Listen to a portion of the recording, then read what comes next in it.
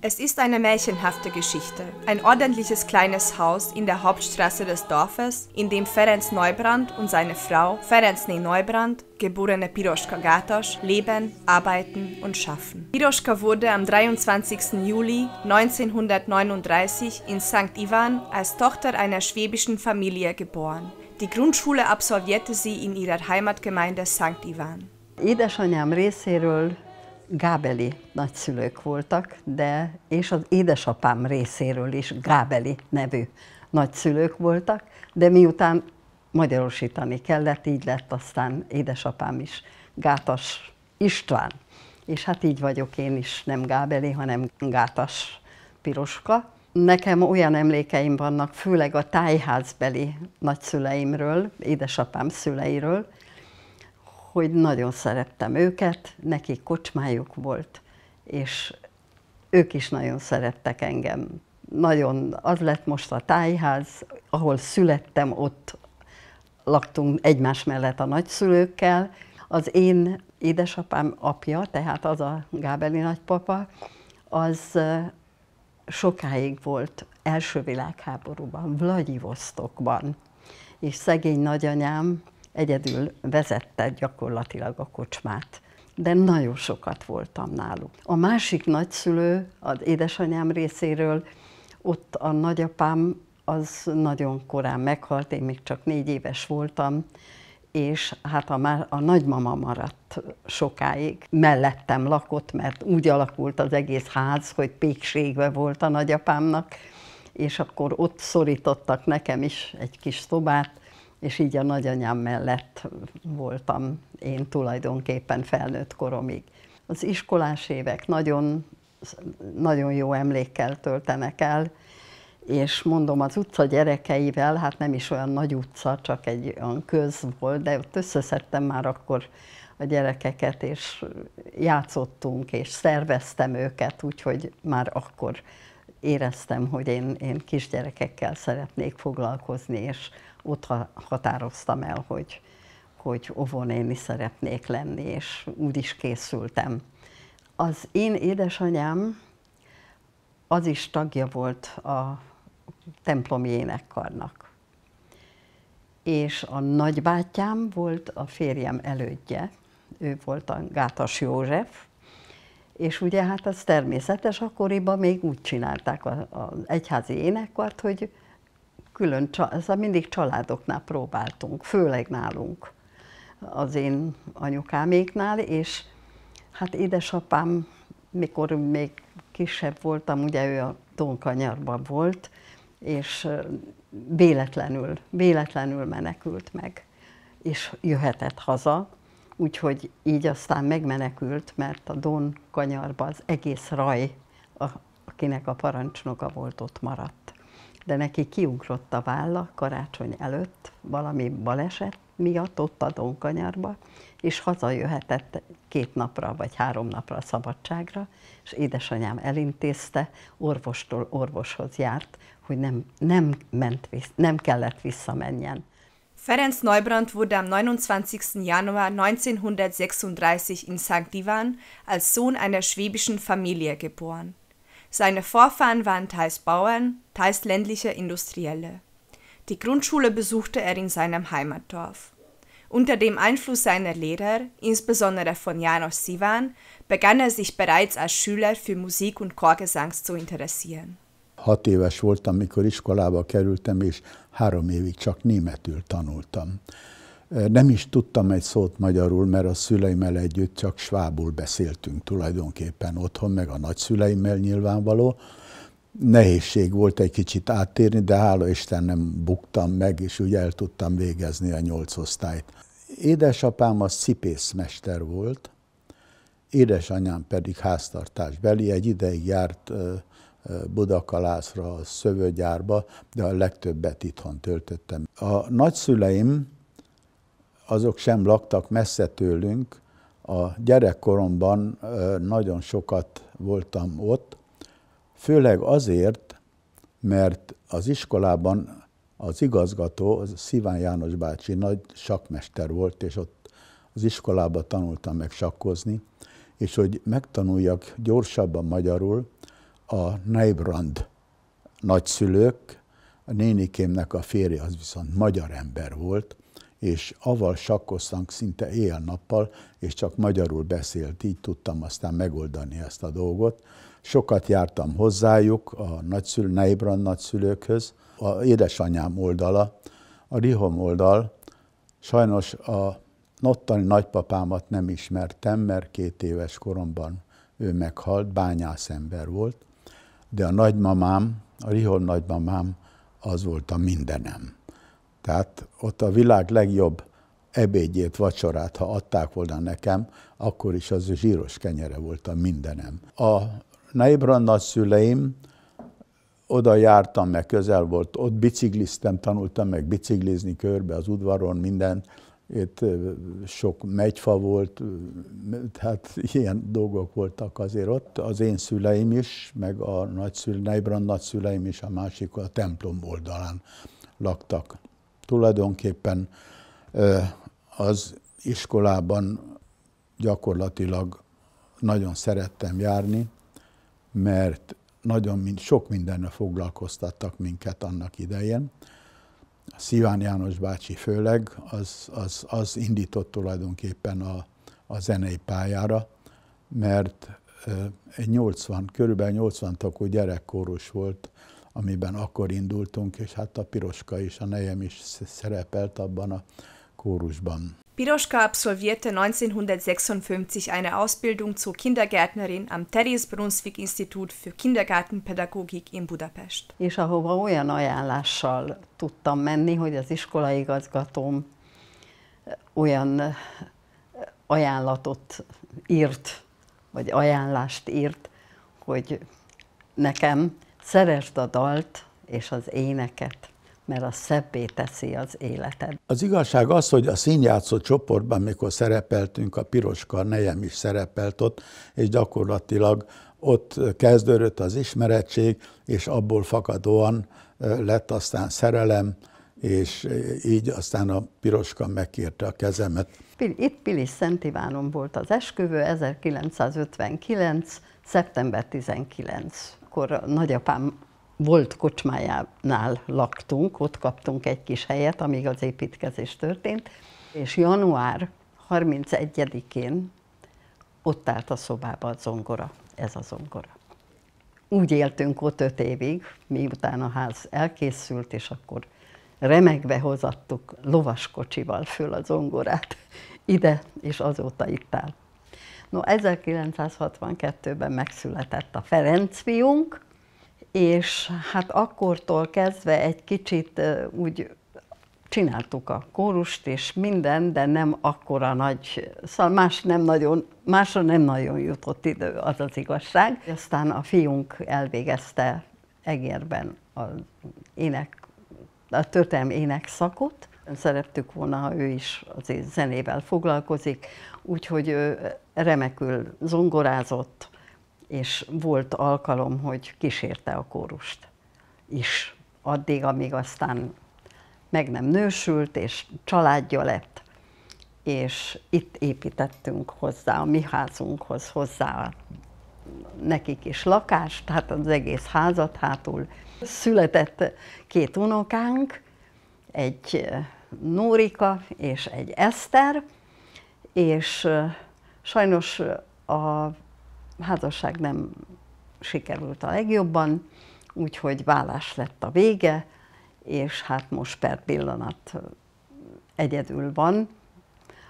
Itt lakik most ő is, hátra költözött, mert az épületbe az unokánk viszont, mikor férjhez ment, az Eszter unokánk, ők itt ők ide jöhettek ebbe a kész házba szinte, ugye? És aztán született 2 dédunokánk. Egy 4 éves, októberben volt 4 éves, és egy kislány, a Gréta, az meg a fiammal egy napon, már úgy egy napon, nem évben, egy napon született, úgyhogy most ünnepeltük a unokám 2 éves születésnapját a Grétának, és a fiam 61. születésnapját. Itt dolgoztam a Pilis-Szent-Iváni óvodában egészen 2004-ig, mert előbb mentem nyugdíjba, de a német dolog miatt, mert én németes voltam, még maradtam 5 évig, vagy 6 évig tovább, úgyhogy aztán mentem nyugdíjba. Én harmonikázni tanultam, volt egy ilyen kicsi kis harmonika, de ott nem jutottam nagyon messzire, és valahogy az egyházi zene, az orgona, az nagyon imponált nekem. Főleg azért, mert a Pirossal még nem voltunk házasok, sokat jártunk az akadémiára, ahol orgonakoncerteket hallgattam. Így aztán az iskolai harmóniumba kezdtem el tanulni az orgona szakmát, vagy egyházi szertartásokat, de mivel pedál ott nem volt, és a templomba még pedállal nem játszottam, csak kézzel az orgonán, akkor kerültem szerencsére egy akkor végző orgonaművészhez, Holaj Keresztély orgonaművészhez, akinél aztán nem tudom, 3 évig magánúton tanultam meg orgonálni. Őneki köszönhetem egészen mostanáig, hogy az egyházi zenéhez vonzottam, és az elődöm, a Gátas Józsi bácsi, az a Piroskának a nagybátyja volt. Ő volt az elődöm, és nyilván amikor nem ért rá, akkor nekem 56-tól kezdtem már, mint helyettesként az orgonálást, egészen addig, amíg ő 84-ben meghalt.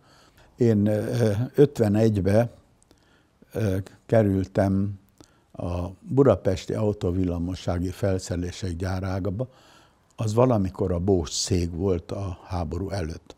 Ott kezdtem a tanulmányomat 3 éven keresztül, mint géplakatos. Nem volt, tehát oda nem lehetett fölvenni hangszer nélkül. Úgy a szüleim tanácsára szakmát tanuljak, hogy valami a kezembe legyen.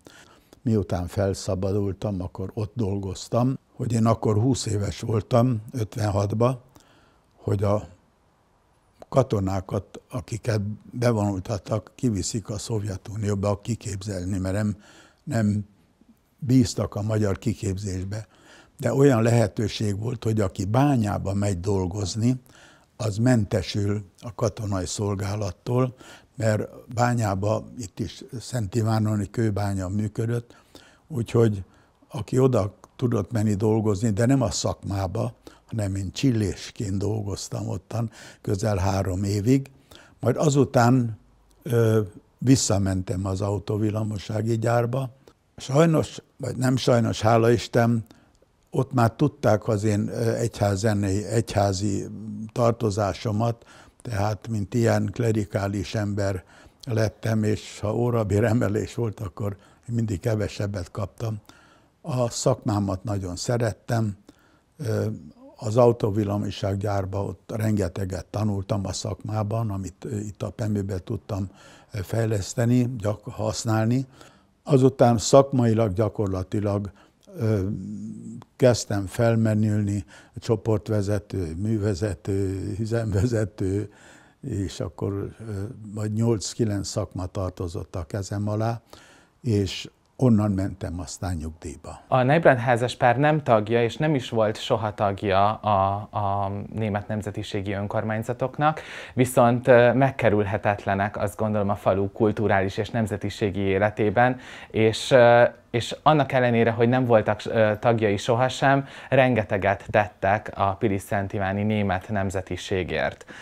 Mint tudjuk, Feri bácsi évtizedeken át kántori szolgálatot látott el a templomba. Neki köszönhetjük, hogy Pilis-Szent-Ivánon a mai napig minden hétvégén van német mise. Der gemischte Chor von St. Ivan wurde 1973 unter der Leitung des heutigen Chorleiters Ferenc Neubrand und seiner Frau Piroska gegründet.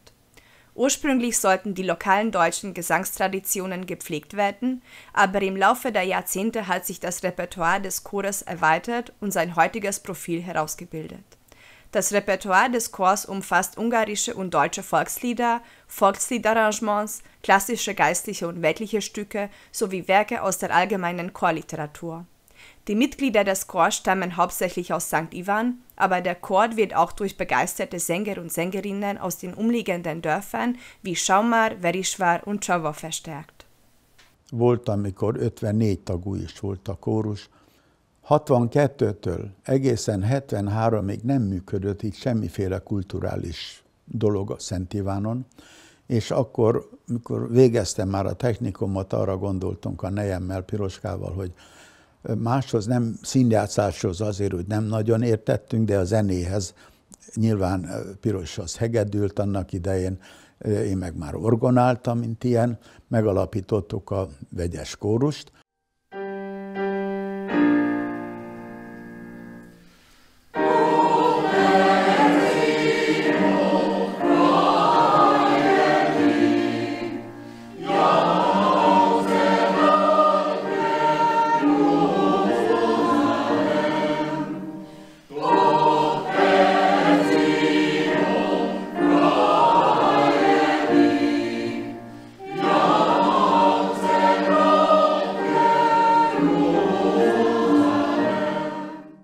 Neir Barant Ferencre úgy emlékszem, mint egy igazi zenészre, egy igazi német nemzetiségi zenészre, aki remekül orgonál, remekül vezeti az énekkart, nagyon tehetséges, és hát azt hiszem nagyon sok éven át ezzel foglalkozott.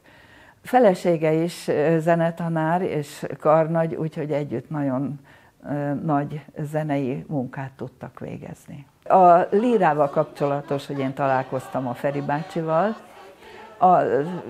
89 óta énekelek én a Szakáli Matyi bácsi lírakórusába, és azokban az években, a kezdeti években Budakeszin volt egy énekkari találkozó, és én akkor láttam őt életemben először, és a következőt láttam, 2 kórussal dolgozott, az egyik kórus fenn volt a kóruson, a templom kórusán, a másik pedig lenn, és felváltva szólt a barokkzene. Hát a barokkzenekre az jellemző, hogy több helyről több együttes énekel.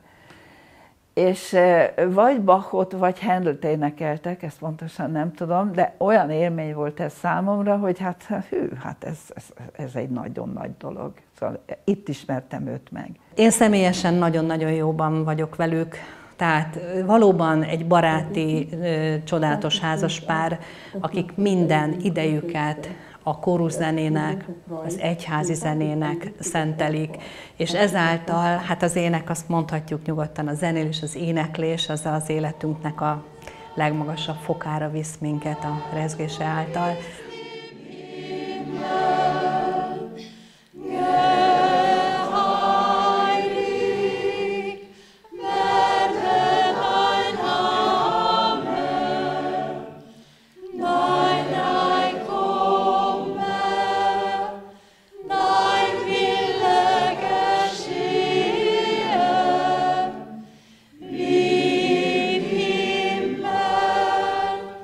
So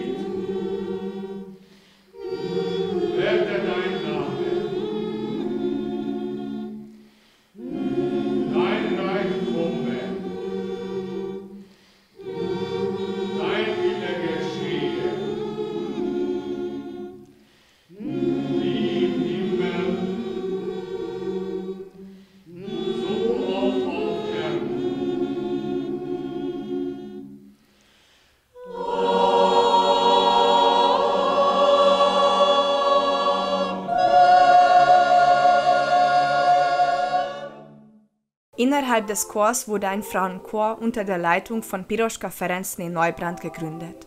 Das Repertoire des Chors umfasst ungarische und deutsche Volkslieder, Volksliedbearbeitungen und klassische Werke. Im Laufe seines Bestehens hat der Chor zahlreiche Preise und Auszeichnungen erhalten.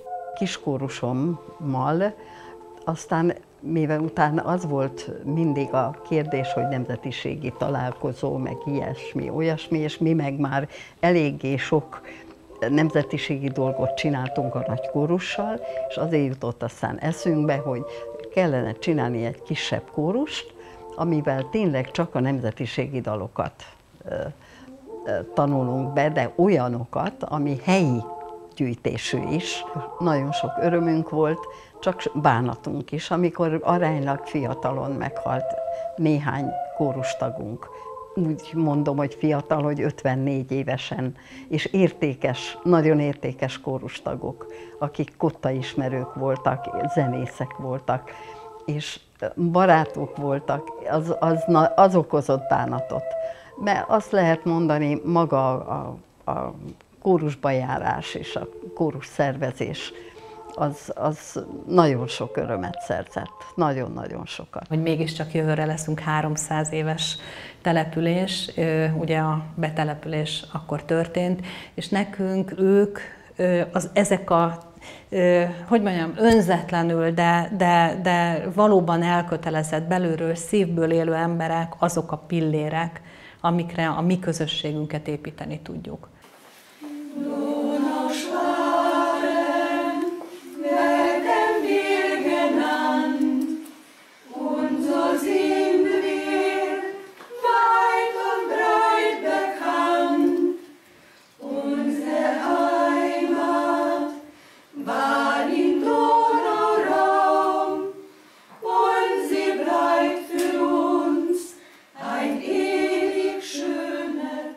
Most akkor rátérhetek a Polheimi nemzetközi kórusversenyre, mert azért annyi önbizalmunk lett ott a kiskórusnak, mert nem csak a nagykórus nevezett be, hanem mi is benneveztünk a kiskórussal. És hát a vegyes karok és a női karok külön napon kerültek sorra, és ott Polheimban, és hát nagyon, ott nem volt az első helyezés, második, hanem pontszám. Tehát a 100 pont volt a csúcs, és hát nagyon büszkék voltunk a kiskórusommal, hogy mi úgy számoltuk, hogy második helyet számoltunk be, mert hát a pontszámok alapján. És arra nagyon büszkék voltunk, Bartókot énekeltünk, Bartók bolyongását is, a népdalok mellett.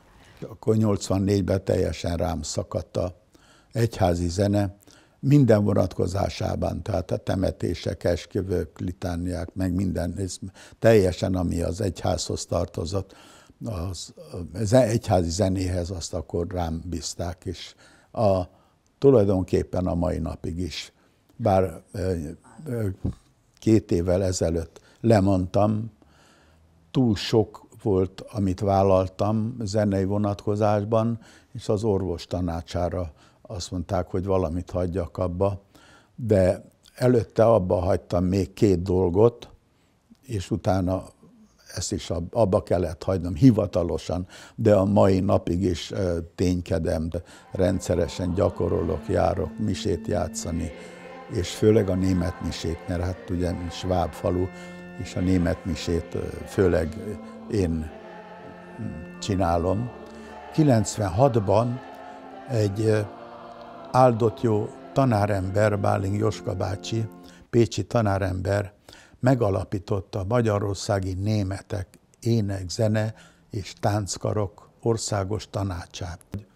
Ha a kórussal elérem azt, hogy a sok éven keresztül, ha csak azt érem el, ha rádióba vagy a tévébe valamilyen kórus megszólalt, és ha nem kapcsolják ki, akkor én már elértem a célomat, mint ilyen a kórussal kapcsolatosan. A helyi hagyományokat, a helyi sváb dalokat a német zenekultúrában, a kórussal vonatkozásában, meg a magyar kórusmozgalommal kapcsolatosan ezeket a műveket tanuljuk meg, és adjuk át. Éppen a sok embernek sok programot szerveztünk, hála Istennek, elég nagy kórussal indítottuk annak idején.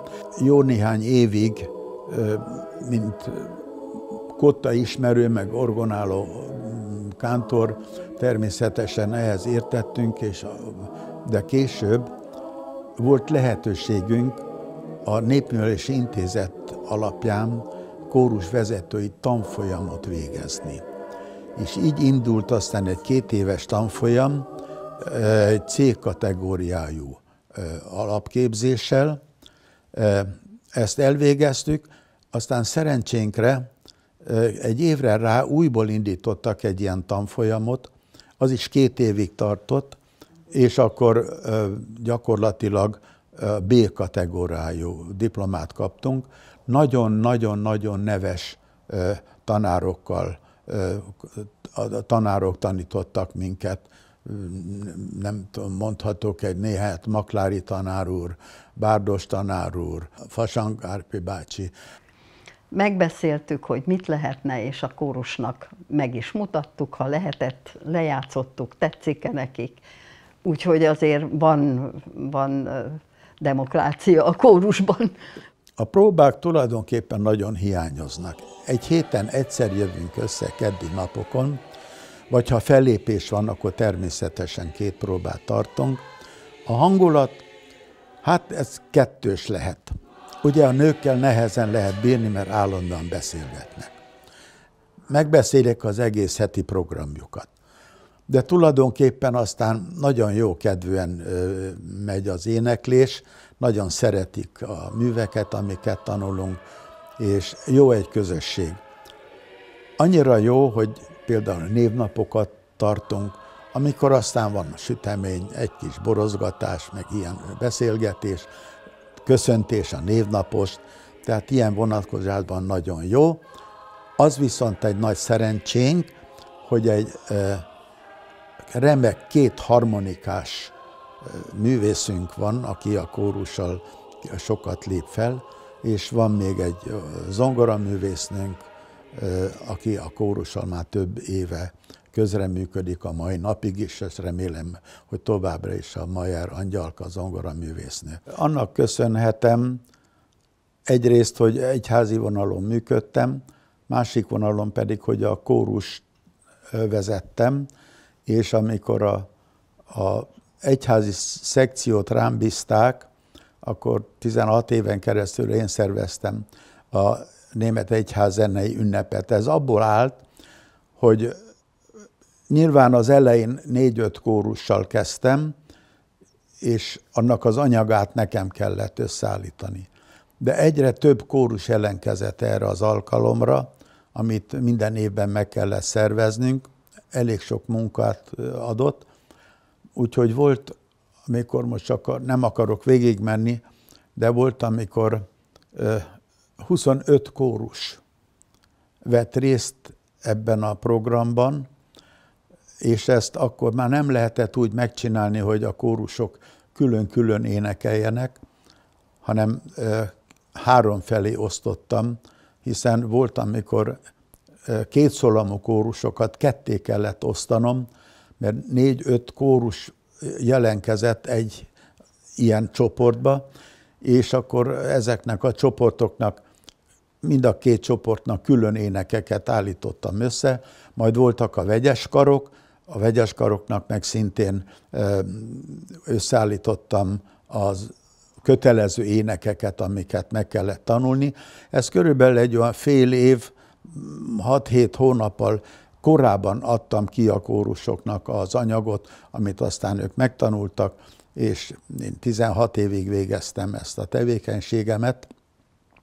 Mint mondtam már, orvosi tanácsra többet kellett nekem leadnom. Azt elfelejtettem ugyan mondani, hogy 1990-ben a Pilis-Vörösvári kórust is átvettük felkérésre, Igaz, hogy arra kértek minket, hogy egy 4-5 hónapra vegyük át a kórust, hogy mire találnak egy új karnagyot. Hát ebből a 4-5 hónapból 26 év lett. Feri bácsi a helyben betöltött német nemzetiségi tevékenysége mellett én azt gondolom, hogy országos szinten is komoly eredményeket ért el. Hosszú éveken keresztül volt a Landesrat, a Magyarországi Ének, Zene és Tánckarok Országos Szövetségének egyházzenei szekciójának vezetője, és ezáltal lehetősége nyílt arra, hogy nem csak a helyi környékbeli kórusoknak az egyházzenei tevékenységét erősítse, hanem egyben segítse országos szinten a számos településen működő német nemzetiségi énekkarokat, akár új dalok sajátításában, akár találkozók szervezésében. Úgyhogy én azt gondolom, hogy a helyi tevékenysége mellett ő országosan is nagyon sokat ért el. Im Laufe der Jahre hat der Chor zahlreiche Preise und Auszeichnungen erhalten.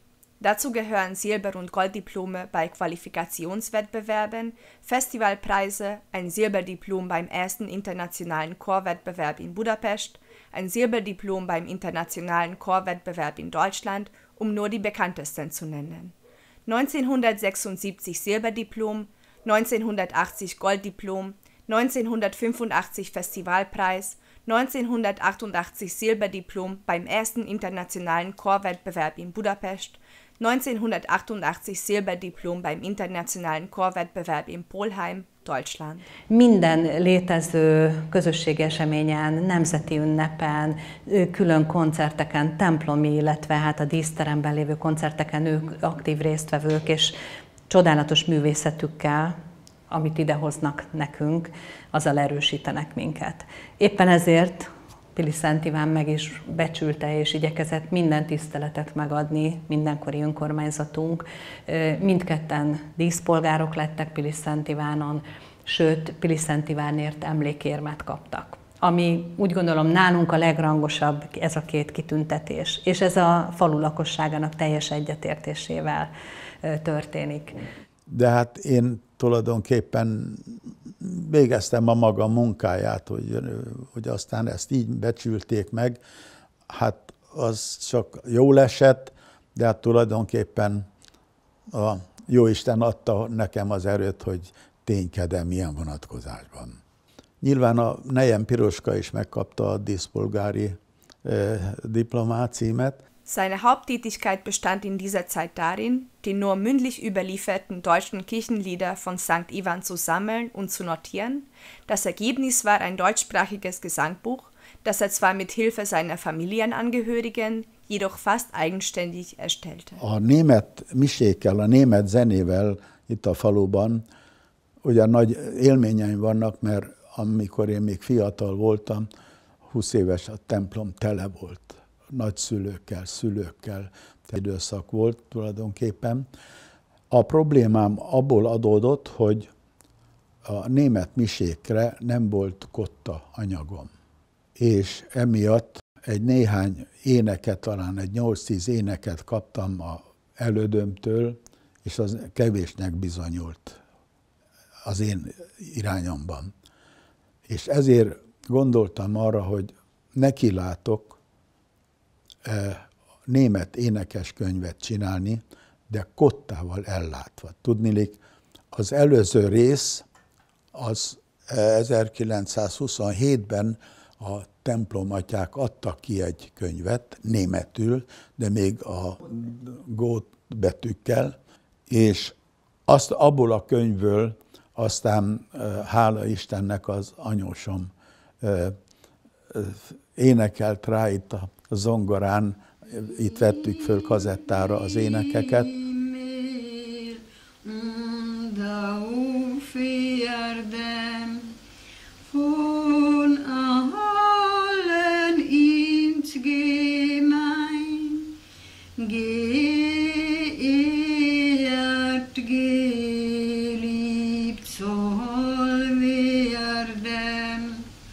Das Herz mar és így aztán, tudom, hogy 3 vagy 4 éves munkával sikerült végre kiadnom egy német énekeskönyvet, imákkal, minden, ami az egyházhoz tartozott, és így sikerült megmentenem az utókor számára tulajdonképpen a mi énekeinkhez. 220 ének volt tulajdonképpen, ezt használjuk a mai napig is, hála Istennek, úgyhogy nagyon sok szép énekeink vannak. Ez a kék imakönyv, az is igaz, hogy segítettem Solymáron egy hasonló könyvet, mint a mi kék könyvünk. Volt egy tanárnő, aki kántor volt Solymáron, Kelemen Gréti néni, aki nagyítóval írta kézzel az énekeket le, de nem nyomtatta ki. És egy solymári barátunk, Földesi János megbízott avval, hogy szerkesszem meg ezt a könyvet. Hát az is majdnem több mint 2 évig tartott, mert nem volt olyan egyszerű dolog, és azt is akkor az én szerkesztésemmel adtam ki. A másik, Vörösváron viszont nincs ilyen énekeskönyv kottával ellátva, csak szöveg van, de a vörösvári éppen a kórus miatt, hiszen sokáig vezettük a kórust, ott is egy olyan orgonakönyvet csináltam, hogy az énekek, amik ott voltak, annak csináltam szintén orgonakíséretes könyvet. Tehát azért elég elfoglalt ember voltam ilyen vonatkozásban. És nem lehet elfelejteni azt, hogy hihetetlen és kiemelkedő érdemük van abban, hogy 35 évvel ezelőtt jött létre egy német-magyar partnerkapcsolat, Mártlaigazd és Pilis-Szent Iván között. És mi voltunk az első kis település, akik legelőször belügyminiszteri engedéllyel megkaptuk ezt a lehetőséget.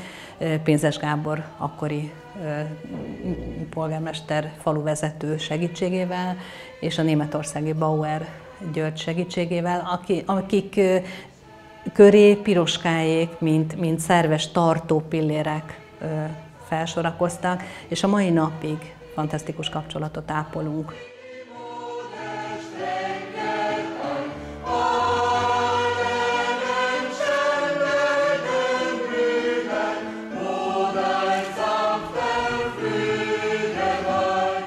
Hát tele vagyunk tervekkel, a férjem főleg, én nem is tudom, hogy bírja, szóval nagyon irigylem őt ezért, mert annyira feldobja őt ez az idei 50 éves jubileum, hogy nem mertem volna gondolni, hogy még ennyi energia van benne. Én úgy érzem, hogy én bennem már annyira nincs, mint ő benne, és ő jóval idősebb, és mégis van, de csináljuk. Hát azért is csináljuk. Az idén ezt szépen meg akarjuk csinálni, és ebben most partner nekünk a polgármesterasszony is, aki azt mondta, hogy végre sikerült nekünk elérni, hogy a Zene Világnapján csinálhatjuk az 50 éves igazi búcsú koncertet, és ebben ő ezt teljesen magukra vállalja.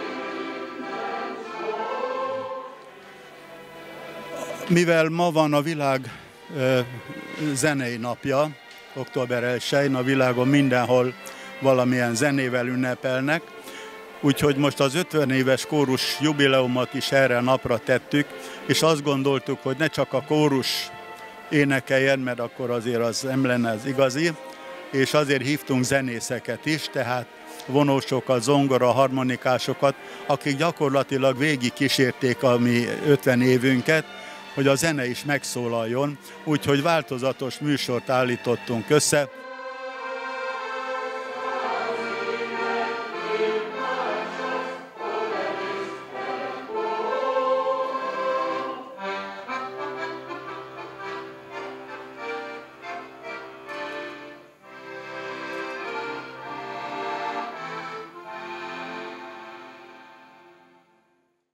Hát azért igyekeztünk németet is énekelni, mert itt van a partnerközségnek a volt polgármestere, meg még 2-3 ember a Fúvó zenekarból, és hát mindenképpen ez a mi műsorunk mindig is, hogy németet is énekelünk, magyart is.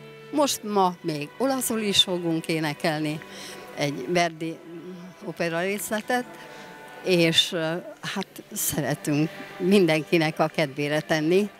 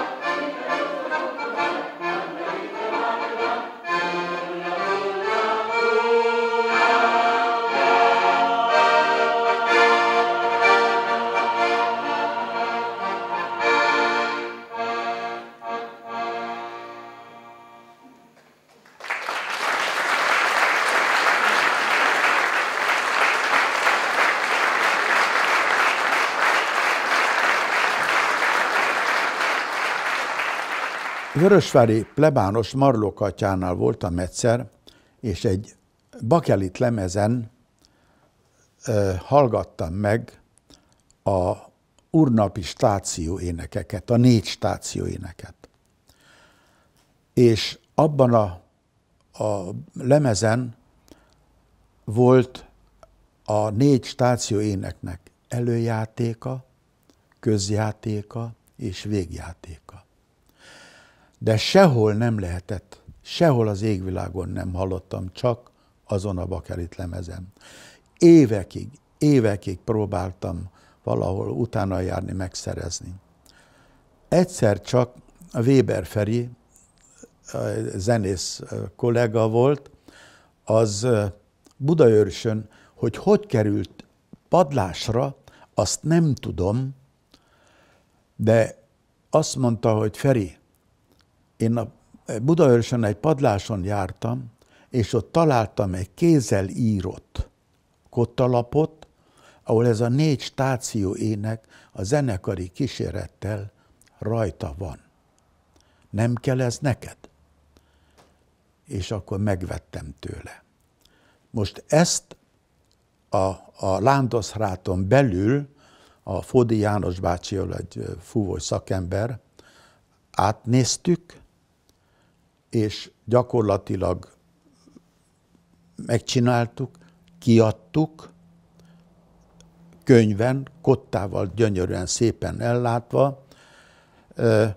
Sajnos nem hallottam még sehol, ahová jártam, hogy ezt a 4 éneket ilyen zenekari kísérettel éneklik, akár itt a környéken, de máshol sem.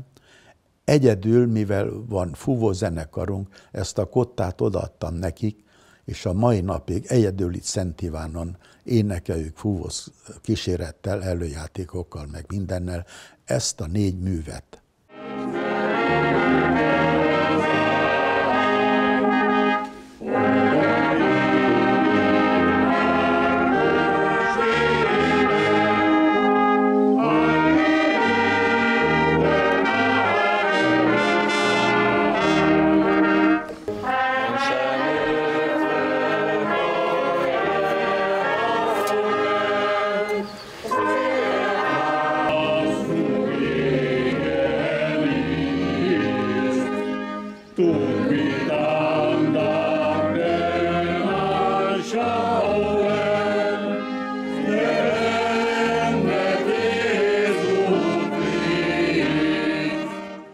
Falunkban ősidők óta mondhatni úrnapját megünnepelték. 4 sátról lett mindig fölállítva, 4 világtáj felé elvileg. Régen a falu széleire tették ki ezt a 4 sátrat, mindegyik sátornak egy család vállalta ennek a felügyeletét, fölépítését. Többek között nekünk is van egy ilyen sátrunk.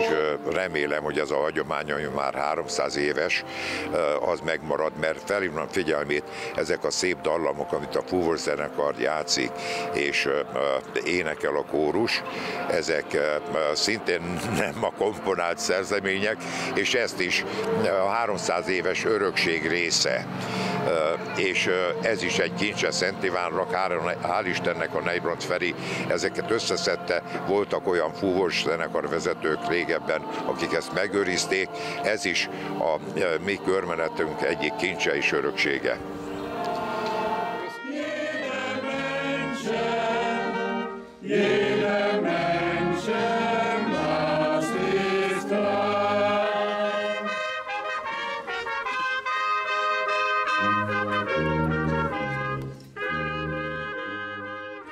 Most az idén eléggé korán kezdett a virágszirmok kibontakozni, ezeket le kellett szedni a lakosoknak, és azt pincékbe akkor hűvös helyen tárolták. Hát most is van virág, az frissen leszedve, és akkor elhozzák ide hajnalba, mit tudom én, 5 óra után már kezdik, mert 8-kor már mise van, és 3-9-kor akkor meg indul a körmenet. Ich fragte Kantor Ferenc Neubrand, Organist der Kirche von St. Ivan, Leiter des örtlichen gemischten Chors, Ehrenbürger von St. Ivan, der erst nach Beginn der Messe eintraf, warum nicht er an der Orgel sitze. Ja, voriges Jahr bin ich im Krankenhaus gewesen, weil ich Probleme gehabt, 6 Wochen. Und wegen dem voriges Jahr habe ich nicht da sein. Aber jetzt habe ich die Möglichkeit gekriegt, also nicht aus Kantor, weil das habe ich schon abgesagt. Aber doch, mein Leben habe ich da abgebracht und jetzt bin ich hergekommen, dass ich helfen kann bei der Station singen. Meine Frau, die Piroschka, ist auch krank, die kann jetzt nicht da sein. Sie hat auch Probleme, aber hoffentlich werden wir aus. Für uns Ungarndeutschen, wenn wir unsere Kultur bewahren möchten und weitergeben für unsere Kinder, dann wir brauchen unbedingt solche ausgehobene Kulturleute, wie zum Beispiel Franz Neubrand und Piroschka, seine Frau, die für den Nachwuchs alles weitergeben von unserer Kultur, soll es sein Musik oder Sing oder überhaupt was. Einerseits, dass sie das weitergeben, zweitens, dass sie hinter sich dann jüngere Leute auch ausbilden für neue Kapellmeister, für Chorleiter und so weiter. Also für uns, für unsere Kultur ist lebenswichtig, dass wir solche Persönlichkeiten haben und sie auch die jüngeren Leute einziehen in unsere deutsche Kultur.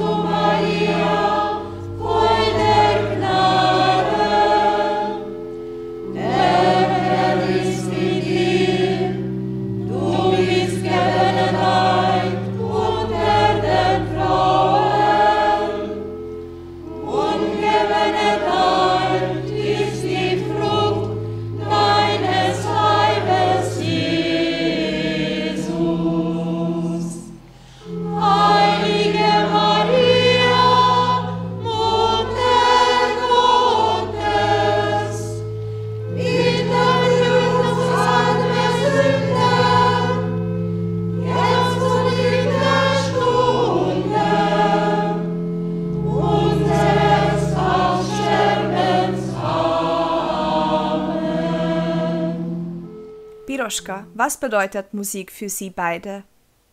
Na hát, nagyon sokat. Az egész, mondjuk, hála Istennek, a családom is olyan volt, hogy édesanyám 94 évesen is a templomba még tudott szépen énekelni. Édesapám pláne. Igaz, hogy némelykor megkérte a nagybátyámat, a kántort, hogy hadd játszon ő is egyszer-egyszer a templomba, mert nekünk volt otthon egy kis harmóniumunk, úgyhogy édesapám ott azért elég sokat játszogatott, meg a barátai jöttek, meg nagybátyámék, és ott 6-osba énekeltek, 25 szólamba. Úgyhogy én nekem pici koromtól kezdve ugyanúgy szólt mindig a zene, meg anyukám is, mondom, hát édesanyám nagyon szépen énekelt. Természetesen én a világi zenekultúrában is, tehát gyakorlatilag a kórussal együtt ezt csináljuk, de az egyházi zene áll tulajdonképpen legközelebb hozzám. A mai napig is gyakorlatilag ezt művelem, igénylem, bár mennyire is nem vagyok hivatalosan már a Kántor faluban, de rendszeresen járok orgonához gyakorolni, mert nem szeretném elfelejteni. Legalábbis addig, amíg a lépcsőn föl tudok menni, és az orgonához. Ha már fölmentem az orgonához ülni, az már könnyebb. Nekem a zene a kezdet óta az életem, mint ilyen. Én minden nap hallgatok zenét. Az ágyam mellett ott van töménytelen mennyiségű CD, és minden áldott nap, ha lefekszem, avval fekszem le, hogy egy CD-t vagy 2-t hallgatok. Tehát ilyen adkozásban mindenem a zene, és szerencsére ez élteti a kórust is, meg hát nyilván engem, hogy még tudom ezt művelni.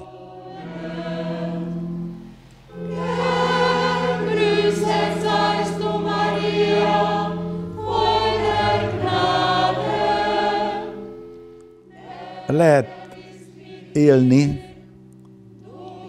de zene nélkül nincs sok értelme.